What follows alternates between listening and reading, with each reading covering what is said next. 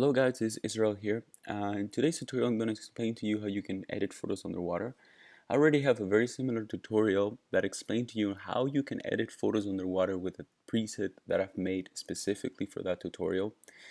This tutorial, however, will be slightly different. I'm going to explain to you how you can edit underwater photos from scratch, and then later on I'm going to offer you a preset pack that I created that uses this methodology and that can be applied very easy, one-click results, and that you will still have room to work with the tools that I'm going to give you today. I have a set of pictures that I've selected for today. I'm not going to edit all of them fully, but I'm going to show you different techniques that I use depending on the type of picture that you have in front of you. I want to start with this one. This is me in one of the springs in Florida. It's called Rainbow Spring. It's really cool if you want to check it out. And I'm just simply laying underwater. The clarity here is really good. Even though it might not be super ideal, depending on the situation in which you're taking the photo, if you're taking it at sea and then the visibility is not as good, then you might need to apply other techniques to make it work. But in general, what I will teach you today will work for any picture. One of the fundamentals that you need to understand on how to edit underwater photos is that you have a spectrum of colors that are predominant, and the colors that you see mostly in pictures that you take underwater are cyan, which is a type of blue, green, and yellow. One of the things that determine whether a picture is properly color corrected or not is the ability to see red in the image. And because when you're underwater, the light is reflected on the red, it doesn't really show as much as it should. You can see a little bit of red and orange on my skin tone here, but you don't see it as much as you would see it with any picture that you take out of the water. So what you need to do is you need to increase the reds that are not there. And in order to do that, you need to remove certain values of green and blue to make that happen. The best way to do that initially is to use the curves panel. So you see I have the curves here. Now most people, when they're going to edit photos, they don't really maximize the use of curves, and they immediately go into the RGB channel, which is the global channel of the curves, and they start editing things around. And sure, it starts to look better if you start to remove shadows and highlights globally, but you see that the green and the blue maintains in the image, and this is something that you want to remove. This is something that you want to play with. You want to be able to see the red and the magenta out of these colors. In order to make this work, you're gonna have to head to the channel of a color specifically. So for example, green, if you remove the highlights of green, it's gonna add red to it because the opposite color of green will be red. So if you select the shadows, the highlights of the green, and you take that down a little bit, you start to see that the red starts to show up, and you start to have a much balanced color in your image. If you try to do the same here on the bottom, which will be the shadows of the green, that will be all the areas that you see shadow where the green is. If you start to remove it by dragging it to the right, you will start to add red to the color itself. So if we start to move this to the right, you start seeing that you start to get a much balanced picture. Now, this is very basic. Doing this little technique will show you red in your image underwater when your camera was unable to retrieve it by itself. This is the reason why for example, when I take photos underwater, I hardly use red filters, because this is something that you're able to do by yourself in Lightroom in post-production. And in many cases, the red filter will add red in areas that you don't want red to be in. Specifically in a lot of shadows. So if you have a lot of shadows that you're taking photos of and you use a red filter, the red that will show in those areas will be very difficult to remove in Lightroom in post-production. So when I take photos on the water, I hardly use red filters. So as this is very basic, if we start to see the before and after, you start to see that the image starts to look much better and much realistic rather than that green and blue thing that cameras capture. Another way to start to maximize this is by going to the blue channel. The blue is all these areas that you see above, and if you can see it, the fact that we remove the green value and we added red to it, the blue starts to look a little bit purple, and this is something that you would want depending on the situation in which you are. But in this case, I don't want to have so much purple in my image. I want to have a more balance of reds and blues and try to remove that purple from there. So in order to do that, you're gonna have to remove a little bit of blue from the highlights and a little bit of blue from the shadows. Now, these are the extreme highlights and extreme shadows. When you're more of an advanced editor, you start to play in the inside part of the curve where you can tackle different values, and that's why you have this graph here, and that it shows you where there are the biggest areas of blues in your image. So here in the shadows, you can make another point, and you can start to adjust depending on the area of your image. Now, the other value that I play a lot with underwater is the haze.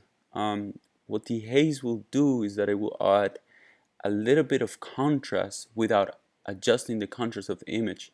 One thing that I do not show in a lot of my underwater photos is that I don't make it too contrasty, because that removes a lot of details. And the haze, what helps me with is if you have a lot of dirt or sand in your image. In this case, there isn't much, as you can see. It's very clear picture.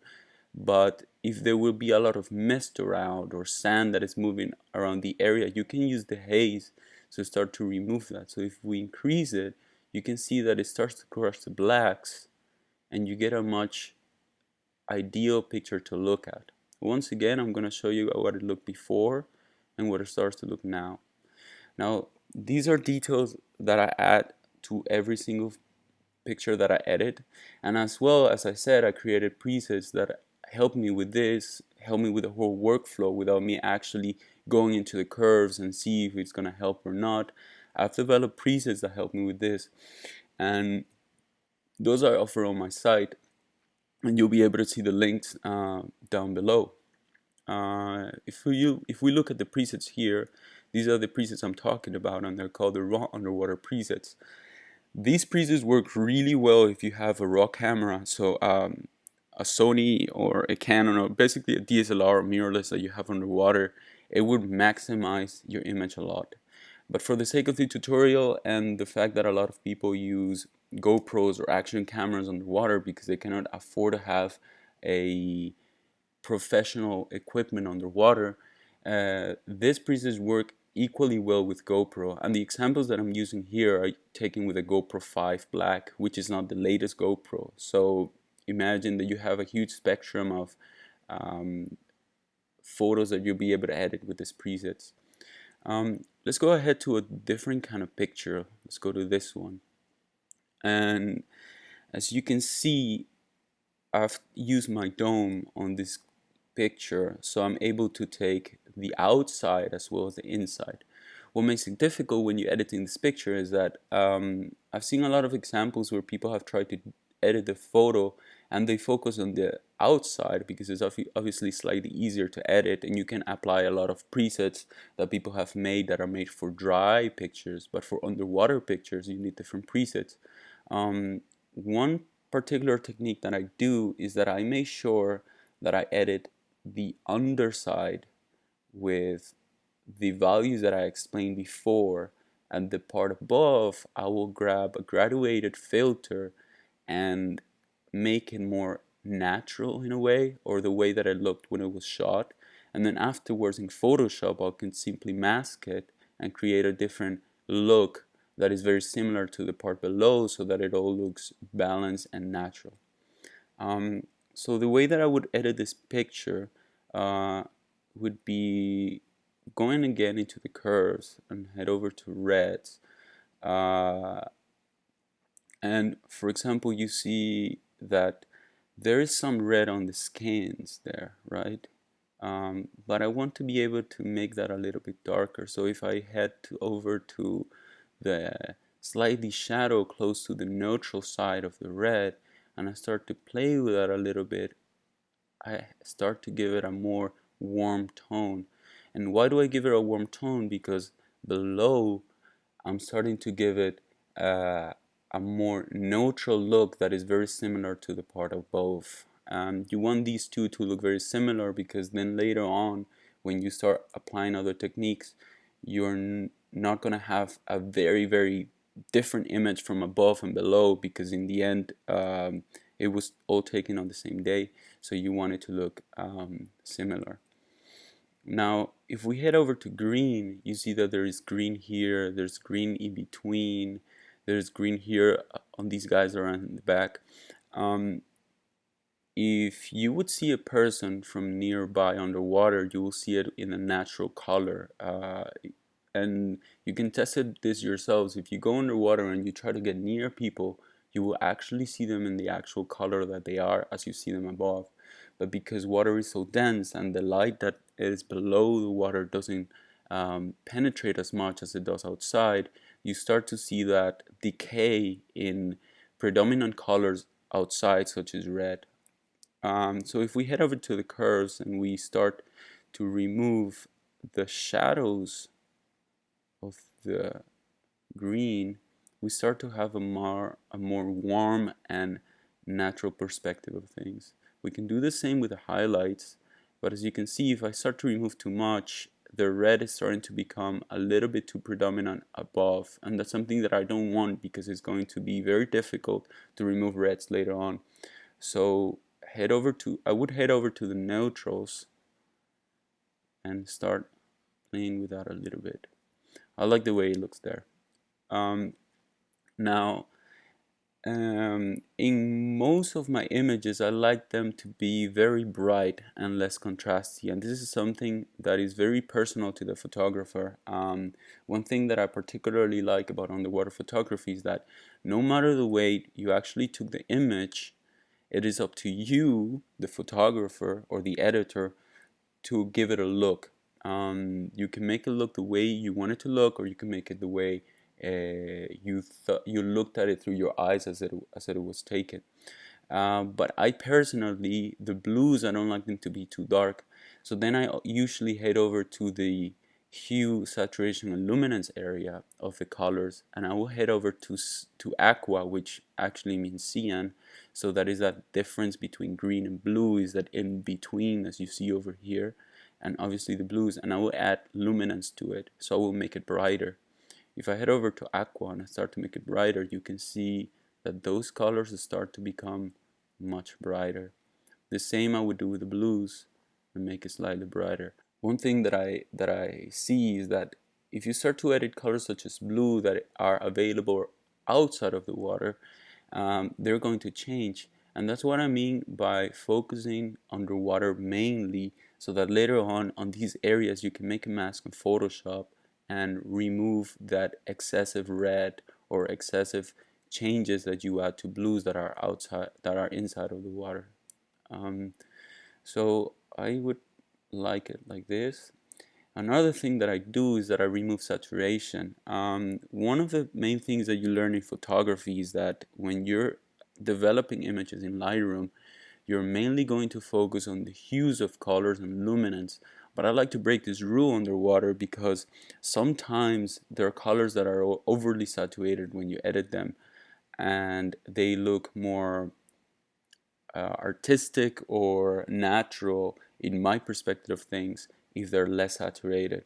So colors such as the aqua color, I usually remove saturation on it to make it look slightly better to the eye, and I would do the same with blue. Now, one thing that you see is that because we added red in the curves and I remove the saturation of blue, it's going to start to become more red because that is the nearest color to red.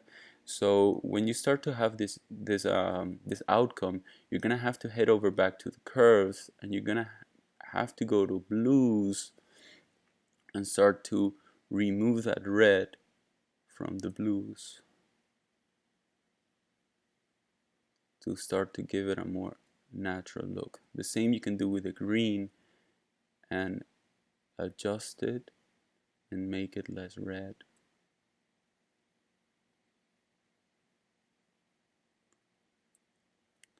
Kind of like that. Now, as I explained before, I have made presets that help me with this process. So for example, even though I like the look that I'm giving to this image, I already know that I already have a preset that does all of this work for me, so it will make my life much easier in editing certain things. So let's head over to the presets that I offer, and you can see that it starts to give more different kind of looks. And I personally, for this particular picture, like preset 02. Now, when you access this picture with preset 02, one thing that I see that I would like to change is the fact of luminance. It is very dark. I have the screen all the way to the highest and I can see that the image is a little bit too dark. So I would generally go to exposure and start to add that a little bit more, just to give it more of a bright look to it. Another thing that I would do to adjust here is that I would go to the curves in the green and now we'll start to remove some of the color on the highlights this way. And now you see that here below the water looks a little bit more neutral and less saturated. Another thing is on the above part it is very red and it's not the natural way that you see when you actually took the image, right? So I would grab a graduated filter and I will make it normal. You add the graduated filter up to more or less her face, so half of the image. You can always click on show selected mask overlay and it will show you the area that you're working with. This usually helps a lot so you avoid areas that you don't want to edit, which are over there. I will play with the white balance, so the temper and the tint, to give her a more cold look. As you see, it is too red, so that is too warm for that water actually looks. So you can start to give it more of a natural cold temperature. The tint equally, and you see that we've managed to edit the below part to a part that is liking for what the image would look like, and the above part to look much more neutral. Let's head over to a different picture that I've taken, which is slightly colder. And this is something that you usually see when you take photos that are very deep. On this circumstance, the water is not that deep. It's only about maybe 3 meters deep. That is about 10 feet deep. And the clarity is really nice, but because we're already that deep in the water, the warm tones of sunlight don't penetrate as much, which is causing the image to look very blue and very green. So if you want this to look much better, you will have to once again head over to the curves and start to remove green out of the shadows and out of the highlights to make it look more warm. The same you would do with exposure, but making a little bit higher, and you start to see a considerable change. Now, I want to use one of the presets that I'm offering you just to show you all the kind of looks that you can give to it. My personal favorite for shallow photography, and this is a shallow photo, is either preset 1 or 2. The higher you go in the number of the presets, the more deep you're supposed to be in the way you took the picture to make it look more natural. However, you can always break this rule and use one of the other ones to give it a more dramatic look if that is the way your photography perspective is. Now, for my own personal perspective, I like to use either of these two. One thing that I like about using preset 01 is that it really adds red to your image. So it's given that red filter overlay that you would have if you were actually shooting with a red filter underwater. But what I would do is that I would select it and start to remove the red from it just to make it a more ideal look. The reason why I use preset 01 is that it gives me that threshold of red that I would use in an image. So I would usually want to go less red in the image that I'm editing. So this one is too red and I want to give it a much colder look. One first thing that I would do is on the temperature, I would try to make it slightly colder, just a little bit.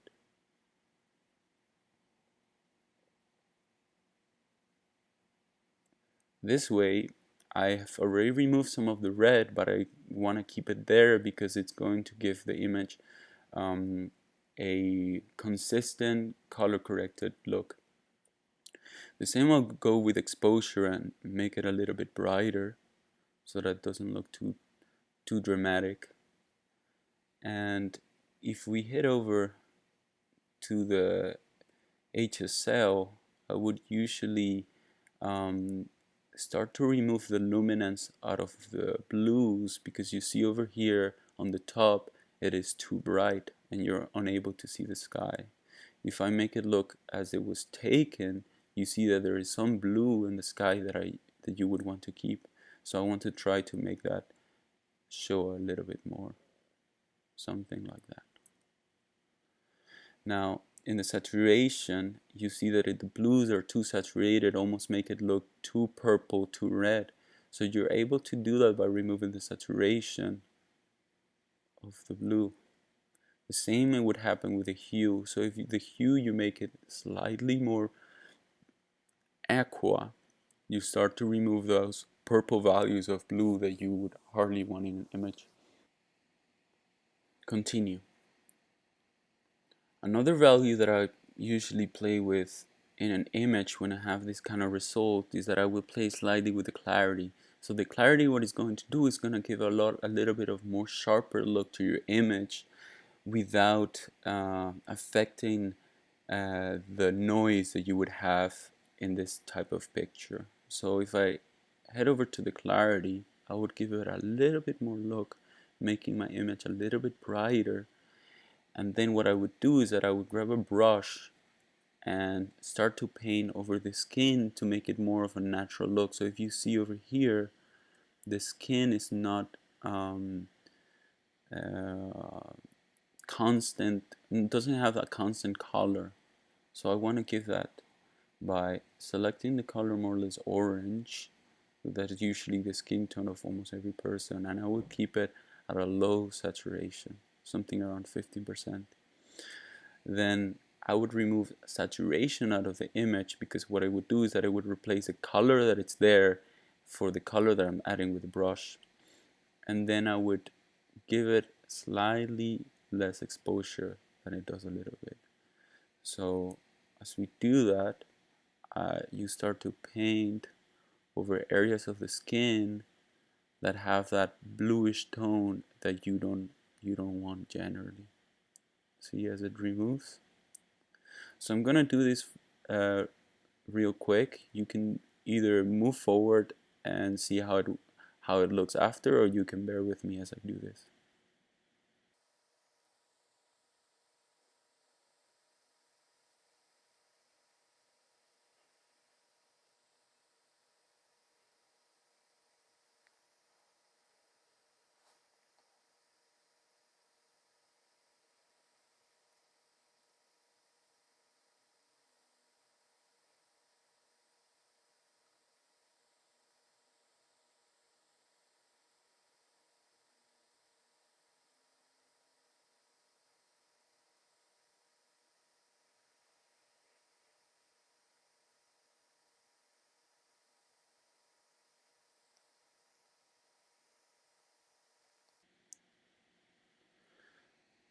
So now that you've selected the areas where you want the brush to mask on the skin tone, you can go ahead and play with the values that you're able to um, change out of the brush itself. You can always change with the saturation to see where you're at and where you were before, to start to give it a more natural look. The same for the shadows.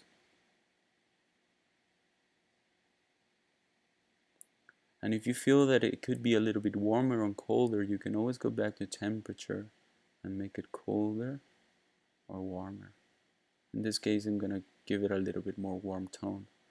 This way, it looks more natural to the skin tone of the model that it was taken at. You can see the changes here.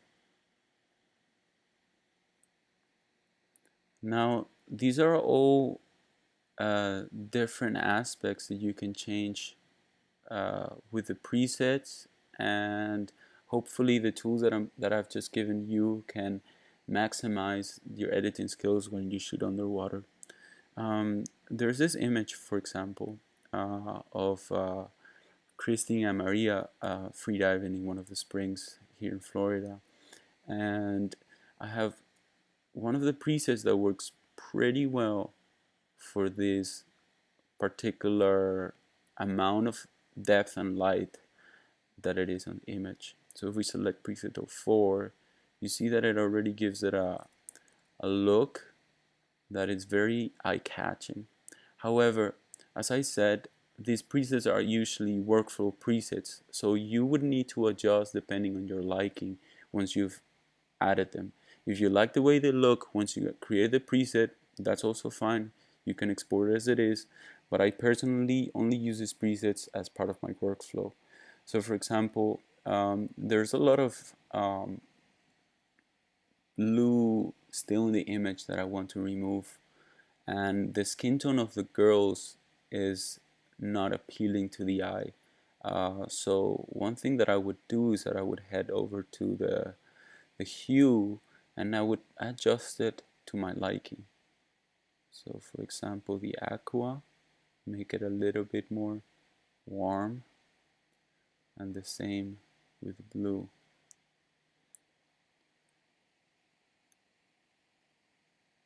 Another aspect that I would usually change is play with the split toning. Every single one of these presets is adding split toning to your image, and if you don't know what split toning is, what it does is that it gives a certain color to either the highlights or the shadows of your image. In this case, I'm giving it a slightly reddish beige tone to both of them, but you can always adjust them because they are general settings that I've added to the presets. So for example, if I make it more of a purple tone over here, it's like it starts to look a little bit better on the highlights. You can see the changes here. Another thing that is very trademark on the way that I edit my photos is that the sand area, I usually want to make that look very white, and you would see that if you head over to my Instagram, you would notice that in almost all my photos I add that value to it. And it is not a rule per se, but it is very much tied to my style of photography. So what I would do for the sand itself is that I would grab a graduated filter and I would add it more or less to the areas of the sand that you could see not that much blue appearing. So if you see that the blue is appearing there, I want to keep that blue there because it adds that that depth of field into the image. But over here, this sort of green look on the sand is not something that I personally like, so I like to remove that. So what I would do is that I will create uh, another type of tone to my graduated filter. I would remove the saturation and now make it colder. That way it starts to look more white. as you can see. You can do the same with exposure, but not too much, because it would add, it would remove details to your image, and it would add somewhat grain to it. And this way, as you can see, it starts to look more white. Another thing you can do is play with the haze, that it gives it a more dramatic look. It happens very often that you're editing the tones of something that you want to look white, but it doesn't look as white as you want. So you always have the room to play with a certain color that you could add to it, but don't go over too much, because if you go on the higher values of saturation, you see that the change is very drastic and it doesn't look real. So I would here go and select blue, because I know blue is the color closer underwater to white. So I'll select blue, remove the saturation of the blue, and increase the whites. Something like that.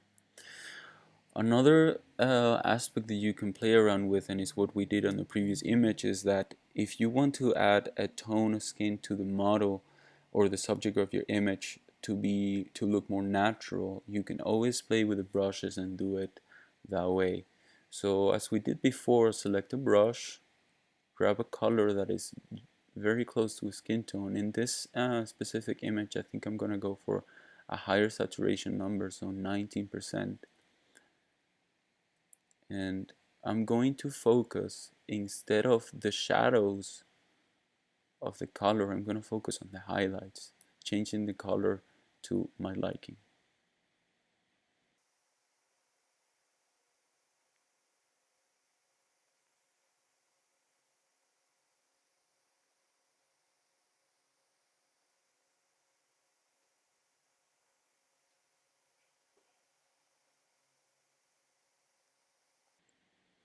So I could spend all the time and adjust it the way that I want it to look, but here you see an idea of how would I adjust skin tones, because the way you edit things in Lightroom are very global, and if you want to specify certain values to specific parts of your subject, you're gonna have to use brushes. It would work the same in Photoshop, where you select a mask of a certain area and you can adjust to it. The brush works the same way, and you're pretty much creating masks constantly of areas where you want it to look different than the overall image. I personally hope that you liked this tutorial. If you're interested in using the raw underwater presets that are available on my site for just uh, $20, it would have all these 7 presets that you can play with, and I really hope they help you, because they help me a lot. I created these not a while ago, and they have helped me so much in the workflow of editing large batches of images.